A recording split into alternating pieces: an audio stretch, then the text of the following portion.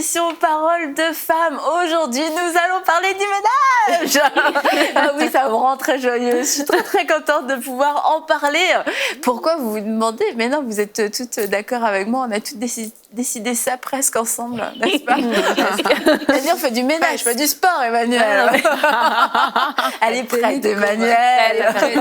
Ah, c'est bon ça. Non, pourquoi faire du ménage? Ça peut sembler quasiment hors sujet, mais on parle d'une vie ordonnée et vraiment, je crois que c'est important de prendre soin de notre environnement, de là où on vit, de notre voiture, de notre bureau, mais premièrement déjà de notre maison, c'est bon, paniquez pas, de notre maison, parce qu'en fait, ça va nous permettre d'y voir beaucoup plus clair et peut-être qu'on s'en rend pas compte quand on vit dans un environnement très désordonné où il y a beaucoup de choses, on accumule beaucoup de choses, on a l'habitude de vivre comme ça, mais c'est quand même assez asphyxiant et finalement, c'est même un frein quelquefois dans notre relation avec Dieu. Parce que il y a des sollicitations partout, parce qu'on n'a jamais la tête vraiment vide, parce que c'est tellement rempli autour de nous qu'on n'arrive pas à avoir des moments paisibles, des moments calmes. Et quelquefois, si on perd beaucoup de temps dans une maison qui est désordonnée, une maison qui n'est pas organisée, on perd beaucoup de temps parce qu'on ne sait pas où sont les choses. Et ça peut créer des tensions dans la famille, ça peut créer de l'impatience, etc. Donc franchement, une maison ordonnée, on n'ira pas dans un extrême de la maniaquerie du ménage, mais on va rester de façon équilibrée. Retenez-moi. Mais qu'est-ce que je vois du coup, j'en ai pas. Oui, une maison rangée et organisée, ça simplifie la vie, ça nous fait gagner du temps et tout ça. Pourquoi? Encore une fois, pour avoir une vie qui glorifie Dieu. Et notre temple est le corps du Saint-Esprit et notre corps vit dans cette maison. Et je crois que Dieu prend plaisir Non, mais c'est vrai. Dieu avait des ordonnances très précises pour la construction du temple, etc. Donc, je crois que c'est important pour Dieu qu'on soit dans un environnement qui puisse être propice à une vie, une communion avec lui développée et profonde. Amen, Annabelle. Amen, Annabelle. Et c'est vrai parce que, tu sais, des fois, les personnes, les sœurs, on aime bien parler des choses spirituelles et tout ça, et c'est bien, c'est bon parce qu'on veut grandir dans l'esprit. Mais aussi les choses de la vie de tous les jours, le concret, ça vient aussi aider, ça contribue aussi. Et on a parlé tout au long de la semaine de faire le ménage dans nos émotions, dans nos relations, tout ça. Pourquoi? Parce qu'on veut aller plus loin avec Dieu. Et dans le concret, vraiment, c'est des fois juste de ranger. De ranger d'abord, pour avoir même un espace de prière, tu vois. Juste de se ranger. Si ta maison n'est pas assez grande pour avoir une pièce de prière, mais tu peux avoir un espace de prière. Mais si tout est en son dessus-dessous, des fois, le son dessus-dessous reflète un son dessus-dessous intérieur. Voilà. Et donc, du coup, quand on parle de ménage, justement, c'est aussi dans cet aspect-là pour dire que si dans ma maison, tout est sans dessus-dessous et que tout est chaotique, est-ce que c'est parce que, au fond, moi-même, en fait, je ne m'y retrouve pas? Et des fois, il y a des personnes qui accumulent beaucoup de choses. C'est pas qu'elles n'ont pas... En fait, c'est parce qu'on a parlé hier du passé. Des fois, il y a des personnes aussi qui accumulent, qui gardent des souvenirs, des enfants quand ils étaient petits, des ceci, de cela. Et tous ces souvenirs-là, en fait, sont comme une espèce de zone de sécurité pour eux. Mais vraiment, pour aller plus loin, faire le ménage aussi, c'est de ça, de faire le tri dans ces choses-là pour y voir plus clair. C'est peut-être le Seigneur te parle pour te dire, tu sais quoi, cette chambre-là, ton fils, il est déjà parti à l'université, peu importe. Redécore-la, enlève toutes les affaires que tu as gardées pendant des années. Tu peux faire le tri pour donner dans des œuvres de charité et tout ça. Dans les vêtements, j'avais parlé ça une fois que moi, je donnais régulièrement des vêtements. Et vraiment, c'est tout simplement ça, de dire, OK, je fais le tri pour ne pas m'encombrer des choses, mais vraiment pour juste... Envoie ton adresse si tu veux que je te donne celle-là. Pour pas m'encombrer des choses, mais juste pour respirer, en fait, et puis vraiment donner l'espace à autre chose aussi. Mais je pense aussi que c'est lié parce que... les choses naturelles sont liées aussi aux choses spirituelles, dans le sens où quand on est brouillon à l'intérieur, par exemple, on est fatigué, très fatigué, ça va se ressentir dans le rangement dans la maison. C'est-à-dire qu'il va peut-être avoir des choses qui vont traîner, etc. Quand on est... quand on va être en pleine forme, on va peut-être avoir une maison plus ordonnée, mais ça me fait penser aussi aux personnes qui, d'apparence, la maison elle est très propre, très clean. Puis quand on ouvre le tiroir... C'est plein de choses qui s'entassent. On ouvre un placard, il y a plein de choses qui s'entassent. On a le droit d'avoir un ou deux tiroirs comme ça dans la maison, d'accord? Pas de pression, Emmanuel, sur les gens. Merci, non, mais Ou on va aller dans le garage. Bref, on entasse, en fait, on cache. Non, mais on cache des choses, mais ça peut être révélateur qu'à l'intérieur de nous-mêmes, Mais qu'on n'a pas le temps. Ouais. On peut ne pas avoir le temps, je suis d'accord. Je comprends ce que tu dis. Tu comprends avec toi, Emmanuel. C'est profond, Mais parce que le Seigneur, j'ai déjà vu dans des sœurs, le Seigneur utilisait les choses dans le naturel aussi pour parler à leur cœur, pour révéler des racines, en fait, qu'on parle des souvenirs. Eh bien, des fois, souvent, quand on commence à trier, s'il y a bien une chose qu'on va faire en dernier, ça va peut-être être les souvenirs, parce que c'est quelque chose qui va nous toucher. Et ça va peut-être révéler des blessures, ça va peut-être remonter à la surface certaines choses. Et on ne doit pas non plus entasser pour... On peut ne pas avoir le temps, ça c'est autre chose. Mais des fois, on entasse juste parce qu'on n'a pas envie d'y retourner. On n'a pas envie de retrouver des choses qui pourraient nous faire revivre en fait des blessures à l'intérieur ou des moments qu'on voudrait juste cacher profondément. Donc, c'est important de faire, je pense aussi, un tri, même par pièce, mais vraiment de trier les choses qu'on cache. Parce que ça peut être révélateur. Je suis sûre que le Saint-Esprit peut même révéler des choses quand on... fait ce processus-là. À partir du moment où on fuit quelque chose, que ce soit le ménage ou autre chose, il y a vraiment quelque chose où on y va à reculons, il y a comme quasiment une peur, une appréhension. C'est parce qu'il y a quelque chose qui nous retient. Et c'est certain qu'en dehors du fait de ne pas avoir le temps, Aurélie... Ou de ne pas aimer. En fait, même quand tu parles de ça, j'ai pensé qu'il y a des personnes... ils ont une chambre et c'est un enfant qui est décédé et en fait on y retourne à peine parce que c'est trop douloureux, etc.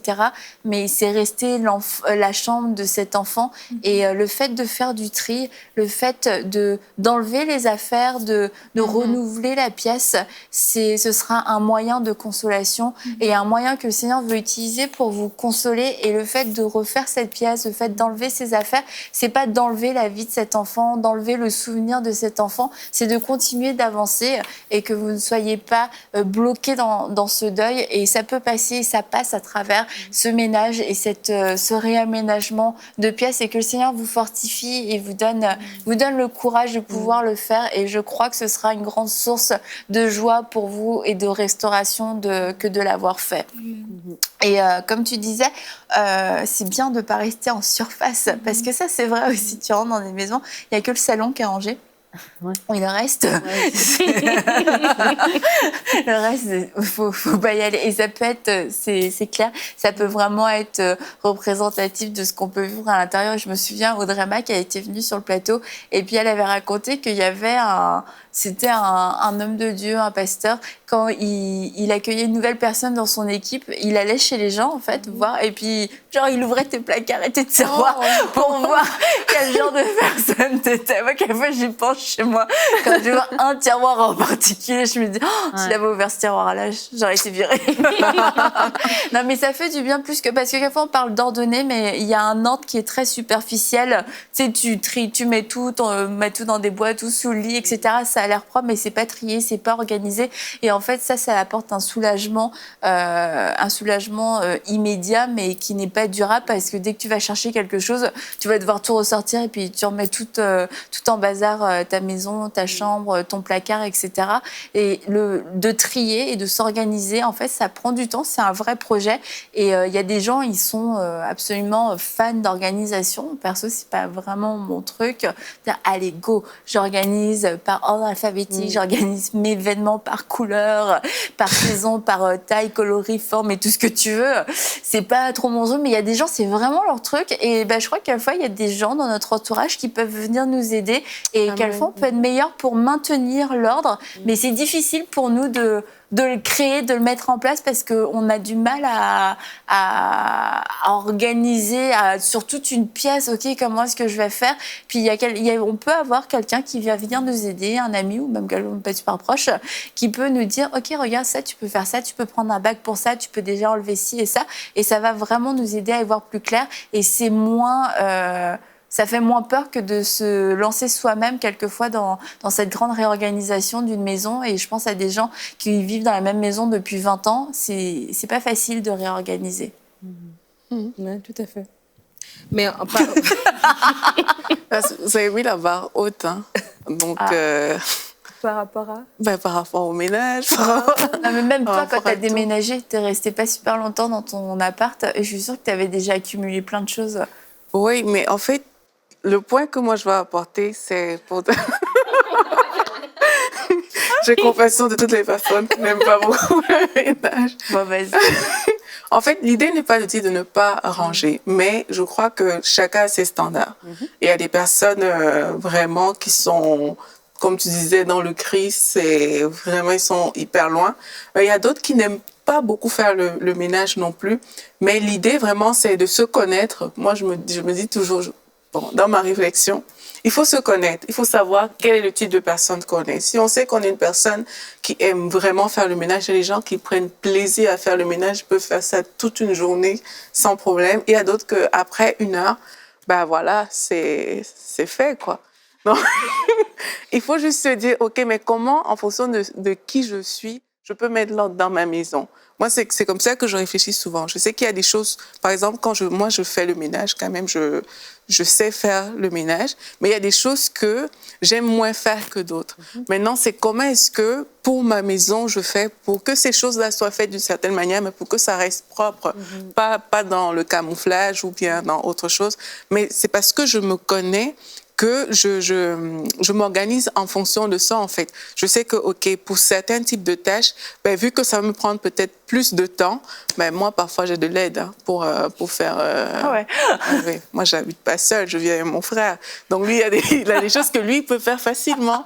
Il y a des choses que moi, je peux faire facilement, mais ça permet de coordonner le tout, en fait, pour que la maison reste propre.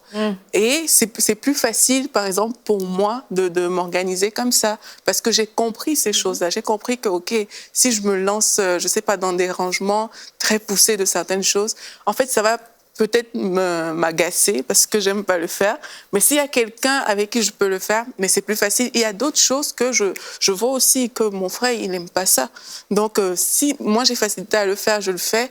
Et ça devient coordonner le tout, en fait. Donc, parfois, c'est de juste comprendre, OK, c'est pas parce que je suis pas une chef ou une maîtresse de ménage que tout est perdu d'avance. C'est pas le but, en fait, de l'émission. C'est vraiment de dire, on doit rester dans un environnement ordonné parce que, voilà, notre maison, c'est aussi la maison du Seigneur.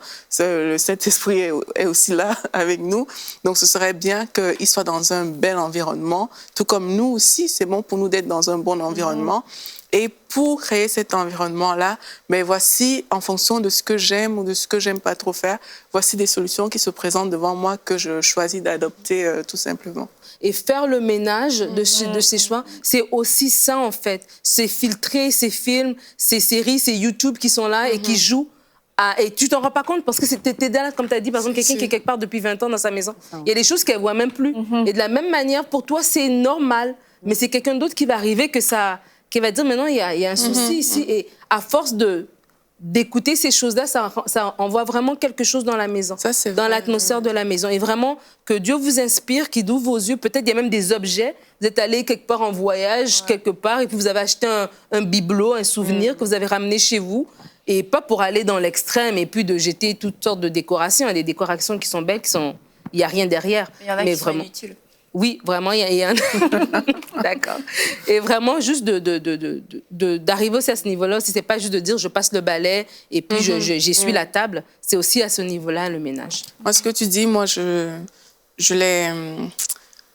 reçu comme un enseignement par rapport à ça, que vraiment, l'atmosphère spirituelle d'une maison, ça dépend de nous. Et ça, il faut en être conscient, en fait. Ce n'est pas une autre personne qui impose l'atmosphère spirituelle dans ta maison. Ta maison, tu es vraiment comme le chef de ta maison et c'est à toi de mettre une atmosphère spirituelle dans la maison. Et là, tu parles des séries et tout, même ce qui sort de notre bouche. C'est ça qui crée en fait l'environnement dans lequel on vit. Tout comme tu vas laisser tourner un mauvais film, des choses comme ça dans ta maison, ça va créer un environnement dans ta maison en fait qui autorise derrière ces choses, il y a, comment dire ça de façon facile, tu autorises en fait... L'accès. Oui, tu donnes accès à ta maison à n'importe quoi en fait, parfois. Mais en tant que maître de maison, quand c'est toi qui donnes cet accès-là, Mais vraiment, tu autorises en fait l'ennemi à faire n'importe quoi dans ta maison. Or, pour aller dans ton sens par rapport à faire le ménage de façon spirituelle, c'est vraiment de choisir de fermer les portes d'entrée au diable dans nos maisons. Et comme tu as dit, c'est pas pour être extrême, mais c'est aussi une réalité spirituelle dont on est en train de parler. C'est que les séries qui courent dans nos maisons, les films qui courent, le type de nouvelles, même les personnes qui viennent mal parler étant dans votre maison, qui viennent médire, qui viennent déshonorer, c'est des semences qui ont été semées dans cette maison-là. Et il faut vraiment enlever ces choses, en fait. Il faut les enlever pour laisser une atmosphère spirituelle, parce que l'autre sens est vrai aussi. Hein. Quand on parle de faire le ménage, le but, c'est justement créer une atmosphère qui permette que nous, on soit à l'aise sur le plan physique, mais qu'on soit aussi à l'aise sur le plan spirituel, qu'on soit OK de prier dans cet environnement-là, que vraiment nos prières puissent décoller, quoi, qu'on n'ait pas trop ramé comme ça pour entrer dans la présence de Dieu. Mais toutes ces choses en font partie aussi. Et tu vois, quand tu as un environnement qui est trop encombré, où il y a trop de choses, c'est qu'en fait, on perd même une sensibilité, on ne sait plus ce qui est vraiment entré dans notre maison, on ne reconnaît plus l'atmosphère, on ne sait pas c'est quoi la source, parce qu'il y a tellement de choses, il y a tellement de bruit, il y a tellement d'objets, il y a tellement de désorganisation que tu ne sais pas où donner de la tête et tu manques de discernement parce que on ne voit pas clair. Et vraiment, je crois qu'il y a des gens qui nous écoutent, ils disent, mais elle débloque, les filles. C'est comme genre, ta maison, elle n'est pas arrangée et tu peux pas avoir de relation avec Dieu. C'est pas ça qu'on est en train de dire, mais on est en train de dire, tout comme l'agenda est un outil, le fait d'avoir une maison qui va être ordonnée est un outil pour qu'on puisse se sentir mieux. Et quand on n'a jamais vécu dans un endroit ordonné, on ne sait même pas quelquefois que ça nous ferait du bien, que c'est ça dont on a besoin, que c'est cette sursollicitation qui provoque une fatigue permanente. Est-ce que tu es heureux quand tu rentres chez toi? Est-ce que tu as de la joie quand tu arrives chez toi, quand tu ouvres ta porte? Ou alors est-ce que quand tu arrives chez toi, tu te sens complètement envahi, tu te sens submergé, t'aimes pas chez toi, t'aimes pas la couleur de tes murs, t'aimes rien de ce que tu vois, t'aimes pas toutes les chaussures dans l'entrée? Mais d'un autre côté, après, oui, il y a de la vie dans la maison. Hein, je dis pas de devenir complètement extrême, tout comme l'agenda qui doit pas être un maître et que le fait d'avoir une maison ordonnée, ça nous rend complètement hystérique et qu'on empêche tout le monde de vivre. Mais tu sais, quelquefois, c'est des trucs tout bêtes. Les chaussures dans l'entrée, ça te met de mauvaise humeur dès que tu rentres chez toi. Sauf qu'il n'y a pas de meuble pour mettre les chaussures. Donc, à part si tes enfants se coupent les pieds, il y aura des chaussures dans l'entrée tout le temps. Et c'est des choses, quelquefois, c'est ça l'organisation, c'est ça, mettre sa maison en ordre, c'est aussi aménager. S'il manque des rangements, c'est mettre des rangements. Quelquefois, c'est juste une étagère à poser. La famille, on a commencé la vie à 2 dans la maison, maintenant on est 5, mais il n'y a aucun nouveau meuble de rangement, il n'y a rien du tout. Donc, il n'y a pas de place. Il n'y a plus de place pour ranger telle et telle chose. Il manque peut-être juste un porte-manteau, il manque peut-être juste une étagère pour telle et telle chose. Et c'est ça, le fait de mettre sa maison en ordre, c'est de créer un espace qui va vraiment être favorable à la paix, qui va être favorable à notre disposition pour pouvoir passer du temps avec Dieu. Mais ça ne veut pas dire parce que notre maison n'est pas rangée que Dieu ne vient pas, que Dieu nous fuit, hein, c'est pas ça. Mais nous-mêmes, on va être disposés à passer ces temps-là de façon plus calme, et puis on ne sera pas dérangé, sollicité par du désordre, etc. Mais justement, c'est le fait que la maison soit aussi en désordre, ça amène aussi, on est distrait. On voudrait aussi pouvoir travailler sur des projets, on voudrait pouvoir aussi appeler à la créativité. Mais le fait, quand je parle de désordre, c'est pas un truc qui traîne. Il y a des personnes qui amassent vraiment beaucoup. Et du coup, elles se sentent comme bloquées, en fait, même spirituellement, quelque part, un peu bloquées, parce que en fait, elles sont distraites par plein de choses. Il y a le bruit, il y a la télé, il y a plein de choses qui fonctionnent. Et donc, du coup, elles n'arrivent pas à avancer. Et c'est pour ça qu'on parle de ménage dans la maison aussi. Mais c'est aussi de mettre des moyens en place tout doucement. C'est pas de la ranger peut-être du jour au lendemain. Tout dépend de ce qu'on a à faire dans la maison. Mais c'est vraiment d'être dans un environnement sain. C'est ça. C'est vraiment d'être dans un environnement sain pour pouvoir aussi amener aussi l'atmosphère du royaume, parce que On parlait tout à l'heure des films, tout ça. Et c'est bon aussi d'amener l'atmosphère du royaume, de mettre aussi de la louange dans la maison, de pouvoir avoir vraiment cette atmosphère qui nous dispose aussi, quelque part, à entendre le Seigneur.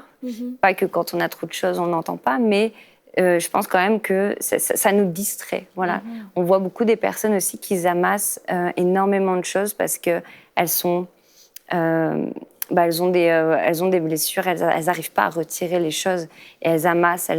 Et des fois, il y a des pièces entières qui sont pleines de choses et la porte, elle est fermée, on ne voit pas, mais il y a un tas de choses. Et ce n'est pas de ranger tout du jour au lendemain, mais c'est peut-être de commencer.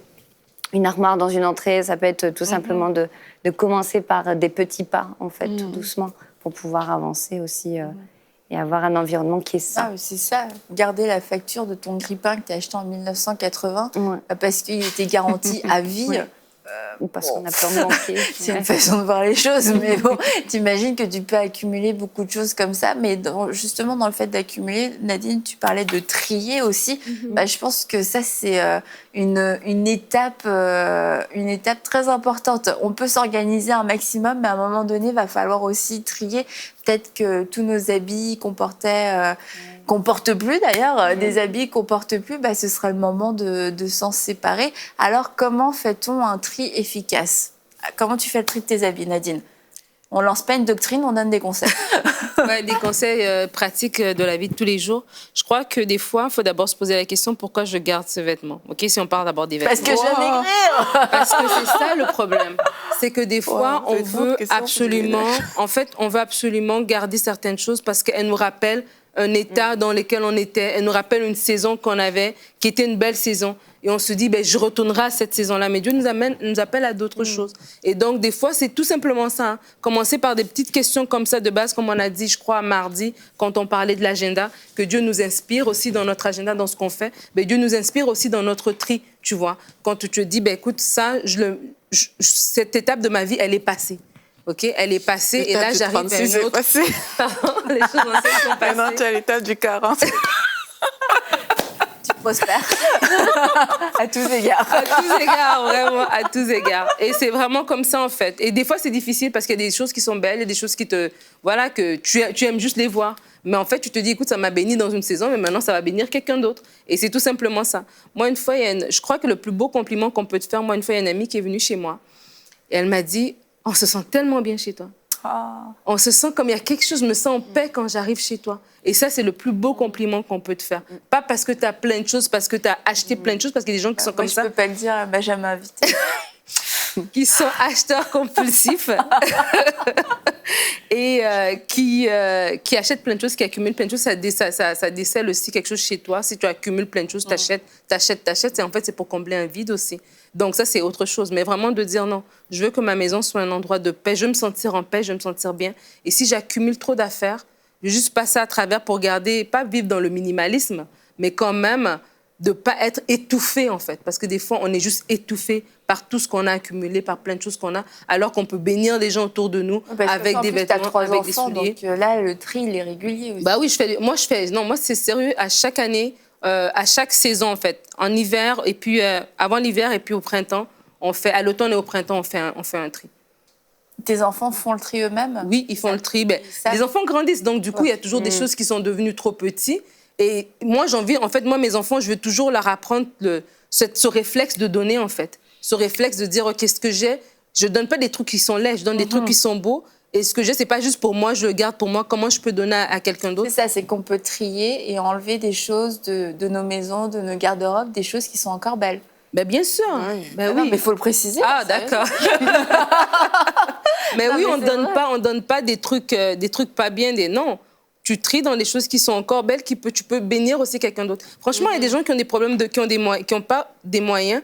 Et franchement, tu leur bénis avec un nouveau manteau que toi, tu portes plus. Mais parce que tu te dis, peut-être un jour, je serai encore une taille 6, et puis tu gardes ce manteau-là. Mais non, bénis quelqu'un avec ce beau manteau que tu as acheté, mais que tu n'as pas porté, etc. Et puis, si la maison est déjà chargée, il ne faut pas charger encore. Parce que, c'est sûr qu'il y a des choses qu'on a besoin, qu'il va falloir acheter. Mais c'est bien de faire rentrer quand on a donné aussi. Parce que je connais beaucoup de cas où la maison est déjà très pleine, mais on a toujours des besoins. Et puis on fait rentrer, mais on n'a pas toujours le réflexe de sortir pour faire entrer d'autres choses, mais l'espace est resté le même. Donc, parfois, c'est aussi bien qu'on fait rentrer des choses, mais de faire sortir d'autres choses pour que ça ne devienne pas justement une maison avec plein de trucs accumulés. Et c'est vrai qu'on peut vraiment bénir les gens en donnant, et ce qui pour nous n'est plus utile, bah, ça peut être utile. Moi, je me souviens au début de notre mariage, on a reçu beaucoup de choses et moi, ça m'a tellement bénie, ça a vraiment fait la différence. Et quelquefois, bah, je me dis, il y a peut-être des gens qui sont dit « Ah non, si on donne ça, est-ce que… » Mais non, pour moi, ça faisait toute la différence. Il y a des choses, je m'en rappelle vraiment, des choses qui ont été super utiles, des choses qui nous ont trop bénis. Et bah, en fait, si les gens n'en veulent pas, bah, c'est pas grave. Mais ne pas hésiter à être généreux. Puis j'insiste quand même à donner des belles choses. Quelquefois, ça fait de la peine de donner des belles choses parce qu'on se dit « Ah, ça pourrait être encore utile, ah, c'est encore beau, etc. » Mais si ça sert plus à rien chez nous, autant que ce soit beau chez quelqu'un d'autre, que ce soit beau sur quelqu'un d'autre. Et je trouve ça super de pouvoir ne pas jeter et qu'il y ait une deuxième utilisation. Tu veux le mot de la fin, Emmanuel? Vas-y. Oui. Mais tu m'as coupé de court. J'étais en train de penser en fait à un exemple, mais ouais, mais c'est. Donne ton exemple. Non, c'est un truc. Mais oui, et c'est vrai que c'est bon de donner et de trier vraiment, parce que c'est ce que j'ai fait personnellement. Je viens d'avoir un bébé, donc c'est ce que j'ai fait aussi. Et j'ai trié beaucoup de ces beaux petits vêtements qu'il a presque jamais mis, et ça m'a fait tellement plaisir de pouvoir les donner aussi à des personnes qui elles n'en avaient pas. Et vraiment, c'est ce qu'on devrait faire. Le tri, en fait, c'est aussi de penser à pouvoir faire encore plaisir, en fait, et toujours penser aussi avec l'amour, en fait. De pouvoir faire ça dans l'amour. Et pour terminer l'émission, j'aimerais dire que le ménage n'est pas qu'une histoire de femmes, on est d'accord, mais c'est aussi une histoire de femmes. Et c'est pas quelque chose de l'ancien temps, un truc qui est démodé. C'est important de vivre dans un endroit qui respire la paix, un endroit qui puisse honorer la présence de Dieu, un endroit dans lequel on va se sentir bien et dans lequel les autres personnes vont se sentir bien, notre famille, nos enfants, notre mari. Et c'est une de nos responsabilités à nous, mesdames, que d'entretenir le foyer. Je dis pas de tout faire les tâches ménagères, mais de veiller à ce que les tâches ménagères soient faites par qui vous voulez, par vous-même et par d'autres personnes de votre maison. Mais nous sommes gardiennes de notre maison, nous bâtissons notre maison. Donc, femmes qui êtes sages, entendez ce conseil, prenez soin de votre maison, prenez soin de votre foyer, parce que c'est un lieu de paix, un lieu d'harmonie, un lieu de bénédiction, un lieu qui accueille la présence de Dieu. Alors, nous voulons donner le meilleur au Seigneur. Et sur ce, je vous dis à bientôt pour une prochaine émission de Paroles de Femmes.